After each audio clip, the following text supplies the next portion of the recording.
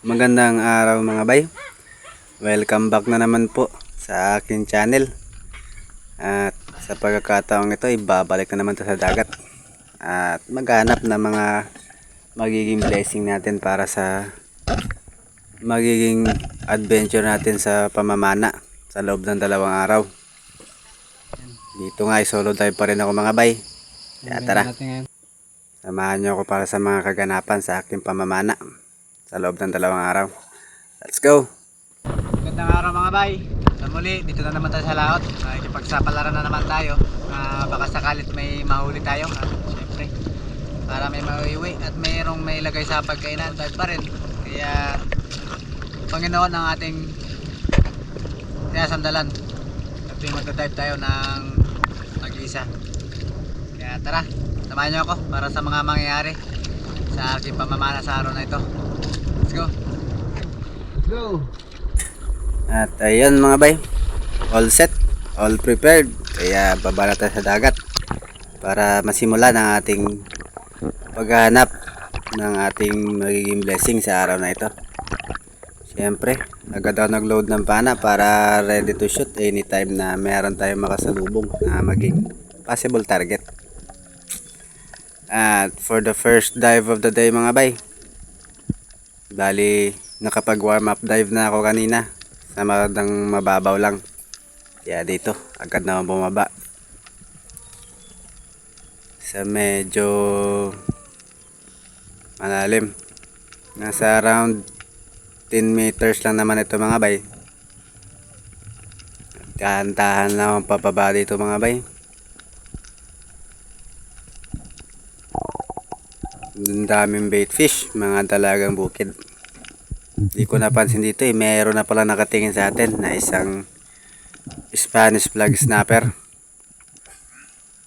Buti at medyo maamo naman yung isda at may pagka-curious kaya bumalik pa rin. Inantay lang natin tamang timing mga bay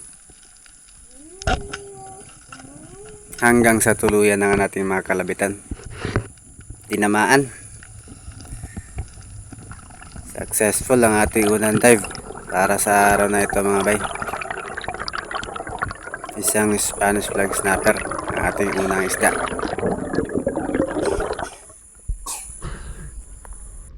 Thank you Lord.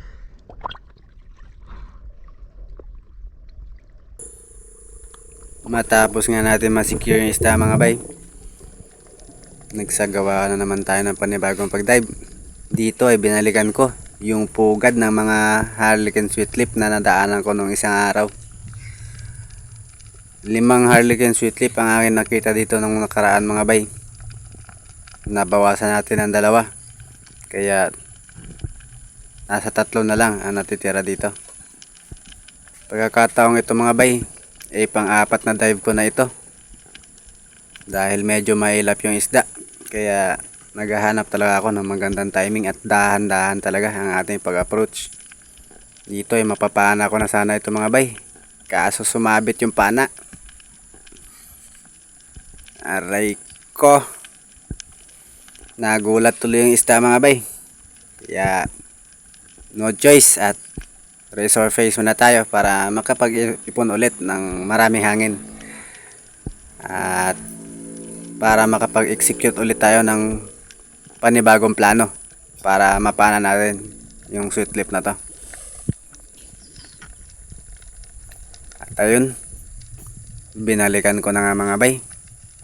Talagang pinag-ipunan ko ng maraming hangin para naman mapagbigyan natin yung gusto ng isda dahil ayaw niya ng minamadali.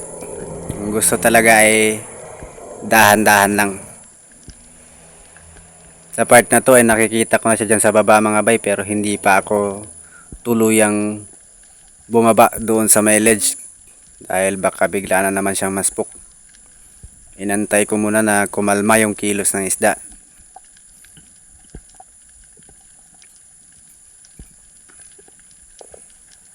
Ilang segundo nga nakalipas mga bay, nagkakaroon na tayo ng pagkakataon na makapag-aim ng pana doon sa isda hanggang sa ito na yung nangyari mga bay.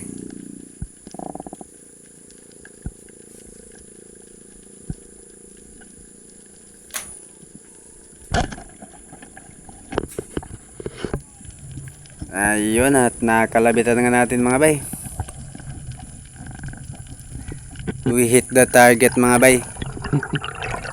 Kaya sobrang thankful sa kabila ng ibang dive na pabalik-balik natin sa spot na to.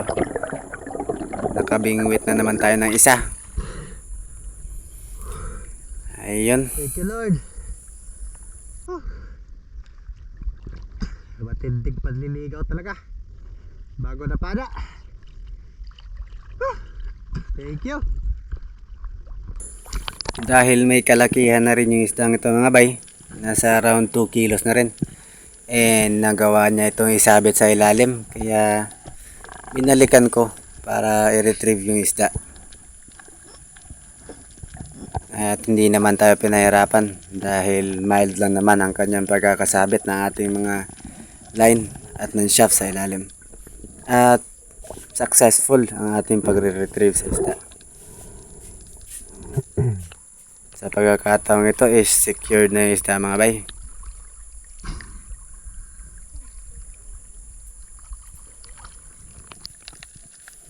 Abanti tayo mga bay.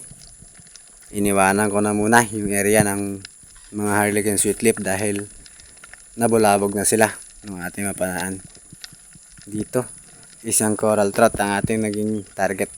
Isang barchick coral trout or oblong.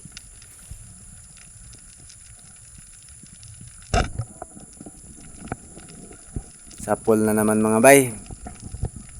Nadagdagan na naman ang ating isda para sa araw na ito.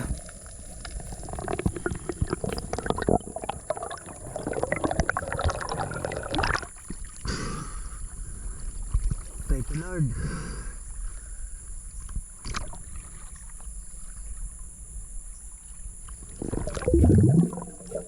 Malayo na atin nalangoy mga bay.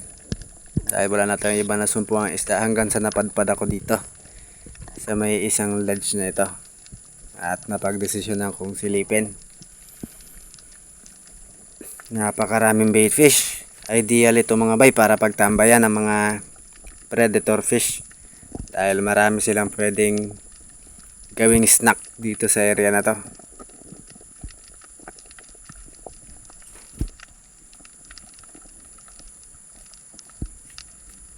Hindi ko na bantayan mga bay. Biglang sumulpot yung isang Harlequin sweetlip doon sa kabila.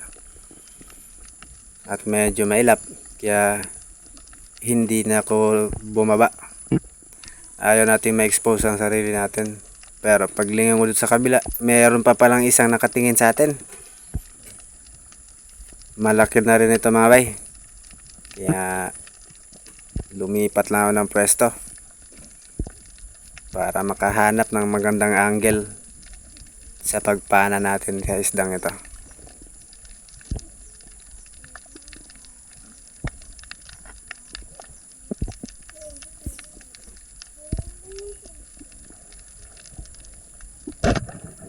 Bullseye. Talagang pasensyahan lang mga bay bago tayo makahuli ng isda. Dito sa part ng aming karagatan medyo may kailapan na talaga yung mga isda dahil talamak ang dynamite fishing dito noong araw, kaya yung mga isda talagang takot kapag nakakita ng tao. Same spot pa rin mga bay ang aking binalikan dahil nakita kong umaaligid-aligid pa yung isang Harlequin sweetlip sa baba. Kaya dito ay susubukan ko rin na baka sakaling mapana rin natin ito mga bay at maidagdag sa ating huli sa araw na ito.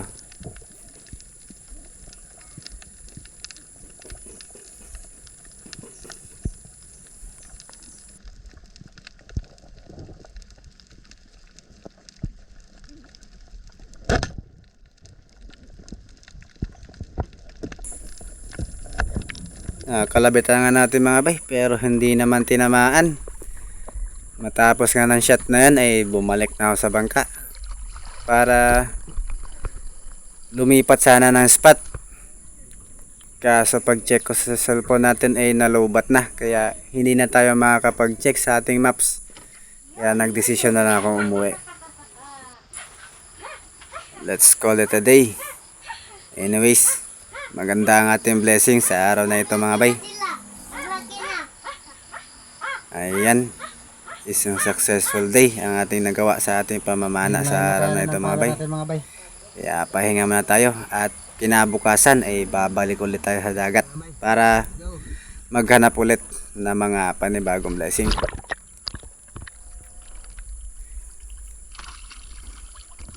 Alright, sa pagkakataong to mga bay ay ibang spot na naman na aking pinuntahan. Medyo malayo ito sa mainland dahil may kalabuan yung mga spot na malapit sa mainland, kaya napagdesisyon akong pumunta dito sa mga bahurang nakahiwalay. Nasa around 6 miles ang layo nito mula sa mainland.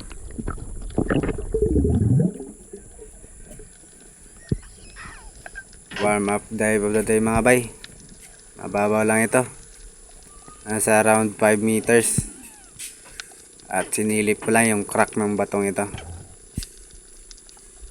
Babaka sakali na may mga predator fish na nakatambay dahil maraming bait fish ang nakapaligid sa may crack na ito.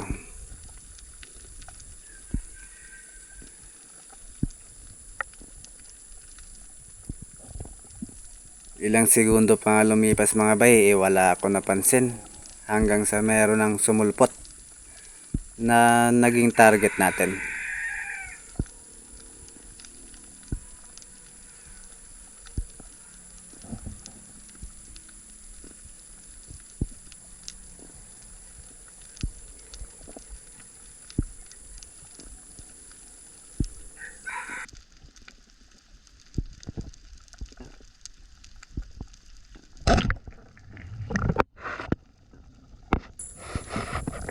Stone shot ang ating patama sa isdang yun mga bay.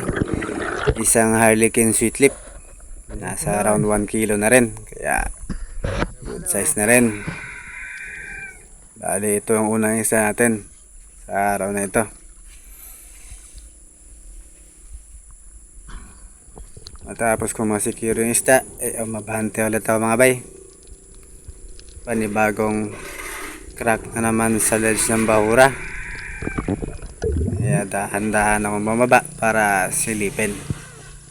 At sakto naman na meron palang nakabang na possible target.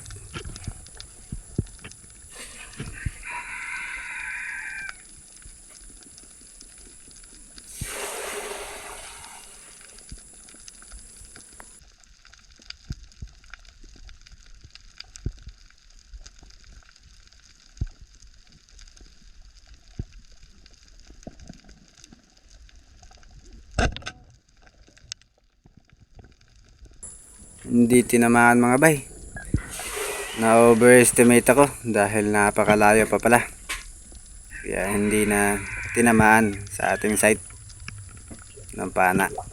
Kaya umabante na lang mga bay. Sa panibagong crack na ito, pagkasilip ko ay nakita ko kaagad yung buntot ng isang giant trevally. Kaya tinutok ko na agad yung pana.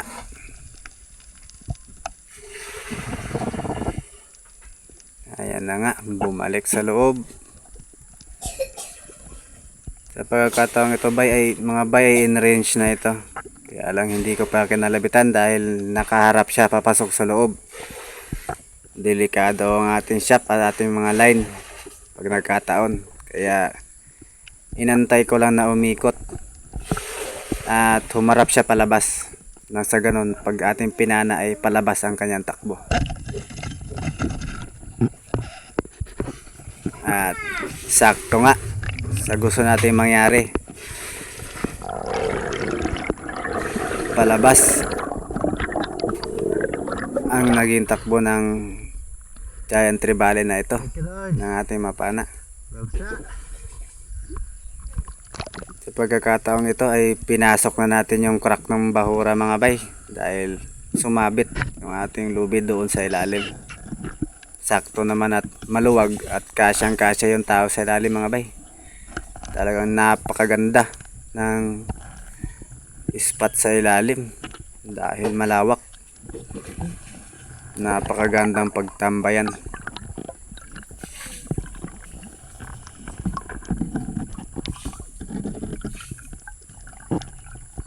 Dahan-dahan lang ang ating pagpasok at paglabas para hindi tayo masabit sa ilalim. Nagulat pa ako doon sa tax collector na yan. Hanggang sa tuluyan na nga natin ma-retrieve yung isda mga bay. At eto na, malapit na sa kamay ko.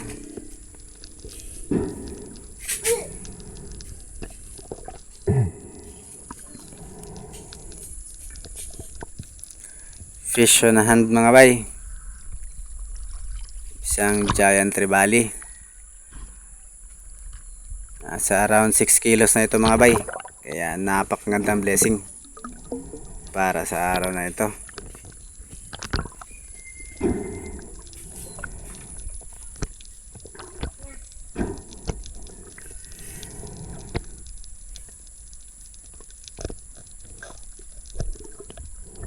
Sinecure ko muna na totally dead na siya dahil baka nahilo lang itong isdang ito at pag natauhan ito ay bigla itong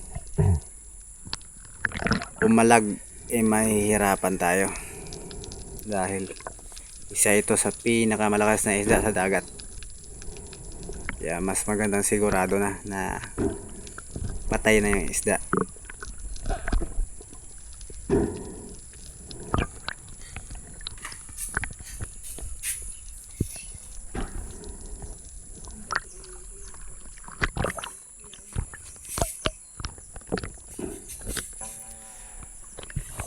Matapos ko nga ma-secure yung isdang ito mga bay, lumipat ako ng spot at plano ko pang silipin ang area kung saan madalas din ako makahuli ng giant trevally sa kabilang bahura.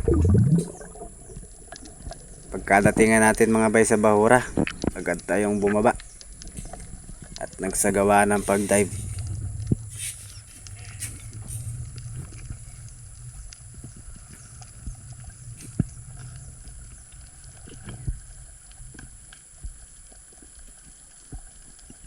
Medyo malalim ang part na ito mga bay. Nasa around 18 meters ito.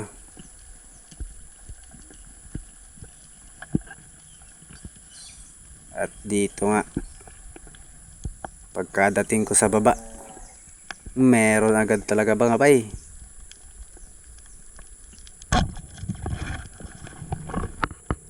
Pero sa pagkakataong ito mga bay, habang pataas ako, nawala yung pagbugso-bugso na aking nararamdaman sa ating lubid.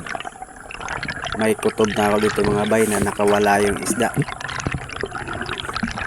Nanghihinayang na ako dito mga bay habang pataas ako.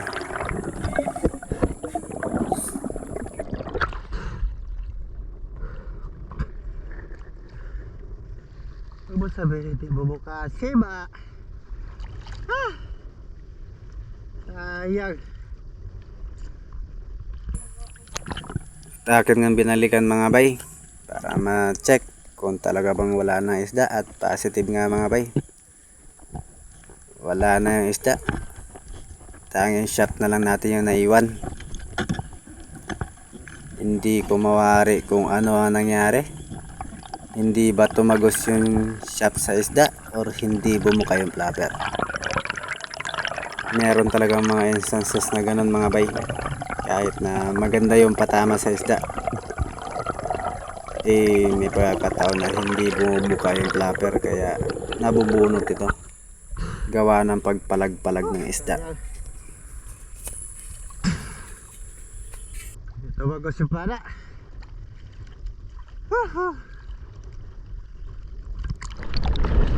Sayang mga bay. Nahuli. Tumagos yung pana sa bansa. Bago ako tuluyang umuwi mga bay, dinaanan ko muna yung isang spot natin na madalas din natin mapanaan ng Giant Tree Valley. Pero sa pagkakataong itong mga bay, walang laman, walang galaw sa ilalim. Itong puffer fish ang nag-welcome sa atin dito sa area. Talagang ini-entertain niya tayo mga bay para hindi tayo maboring.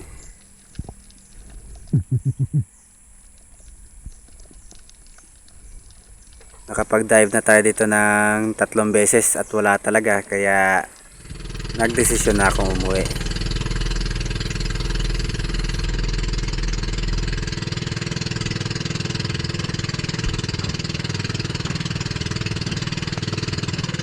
Alright. Hapon na, nakauwi na tayo mga bay. Wala tayo. Mamalot na yung hapon. Ito lang talaga yung huli natin.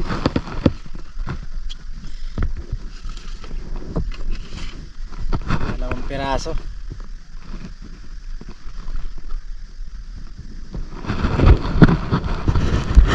Sayang yung isang mamsa. Kung malaman kung bakit nakaganon, tinamaan naman. Siguro di tumagos yung shop o hindi bumuka yung flapper. Dalawa lang yan. Anyways, maraming salamat pa rin sa Panginoon at nakauwi tayong ligtas. At syempre, kahit pa paano, meron tayong mailagay sa pagkainan. Ligpit lang ako. Tapos, kuya tayo. Uli ta, gulay kusmod. Dalawa sana. Kaso nakawala ang isa. Ito mga bay, napagdesisyonan kong tadtarin yung isda dahil gusto kong iulam yung parting ulo at ibenta yung parting katawan. Alright, minsan lang tayo makaulam nito mga bay. Napakasarap ng ulo ng mamsa, pang sinabawan. Ayan, inaabot na nga tayo ng gabi sa ating paglilinis sa isda at merong mga nagaantay na bibili at mga sabik din na makapag-ulam ng malaking mamsa. Alright. Alright mga bay. Nakapagpahinga din tayo. Sa kabila ng nakawala na mamsa, sayang. Kung saan pa yung malaki, yung pa yung nakawala. Pero di bale, kabenta pa rin naman tayo. Ayan. Ang benta natin ngayon. Bawi pa rin naman sa gastos. May pambili rin tayo bigas at meron tayong pang-ulam na masarap. Kaya maraming salamat pa rin sa Panginoon. Baka magkikita pa rin kami ulit ng mamsa na yun. Alright, itong ulam natin mga bay.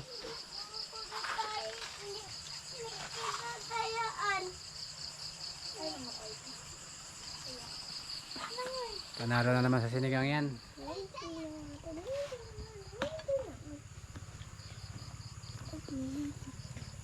Namumulaklak ang sabaw. Nagbibituin sa taba. Alright. Kaya na mga bay. Kain na, bye.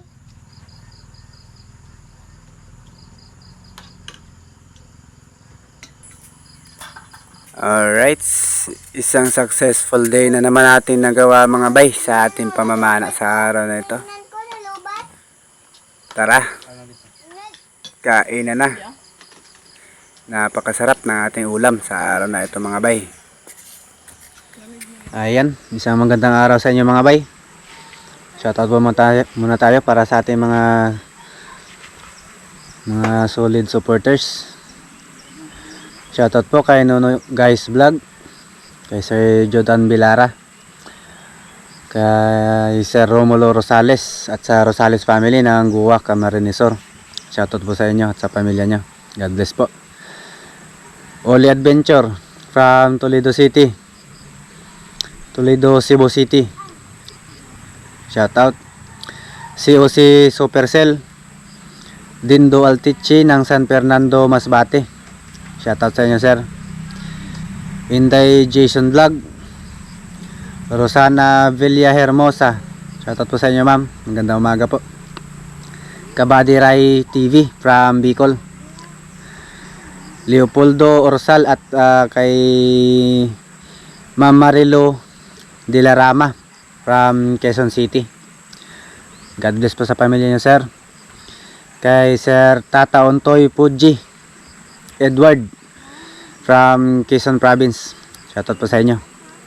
Kasalom TV, at syempre kay Boss Job Spear Fishing, ating tropa na si Bay Joben Kambari. Magandang araw sa iyo Bay, dive safe palagi. Shoutout din sa kay Red Lines Corner, Edmond Pinanya, at special shoutout kay Brad John Quezon ng Tandulan, Kanikitay tayo Palawan. Shoutout sa iyo Brad, dive safe din palagi Brad. Kay Alikabok sa Dagat, bye, shoutout, magandang araw. Larry Amos Hilario Lakwatsero, ingat lagi bye sa paglalakwatsa. Kay Kabugsay TV, Anthony Rodriguez, Cesar De La Cruz, magandang araw po sa inyong lahat.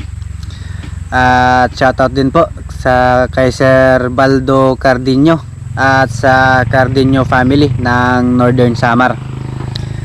Shoutout po sa inyo mga bay, maraming salamat sa suporta. Siyempre special shoutout po tayo kay Bay Joseph Agdon sa paggabay sa atin sa ating pagbablog. Maraming salamat bay. Shoutout din kay Bay Michael Elliot, ang may-ari ng bangka na ating ginagamit sa pagpalaot natin sa araw-araw.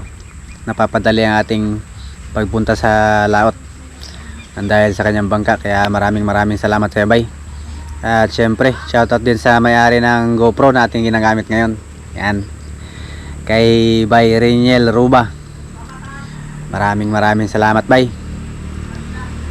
At syempre sa mga hindi ko po nabanggit na pangalan na ating mga subscribers ay shoutout po sa inyong lahat, at God bless po palagi sa atin. At sana po patuloy nyo akong samahan sa aking pamamana sa araw-araw, sa aking pagbabaka sakali sa dagat na makahuli ng marami, meron tayong maiuwi at merong mailagay sa pagkainan. Yun lang mga bay, hanggang sa susunod, peace out.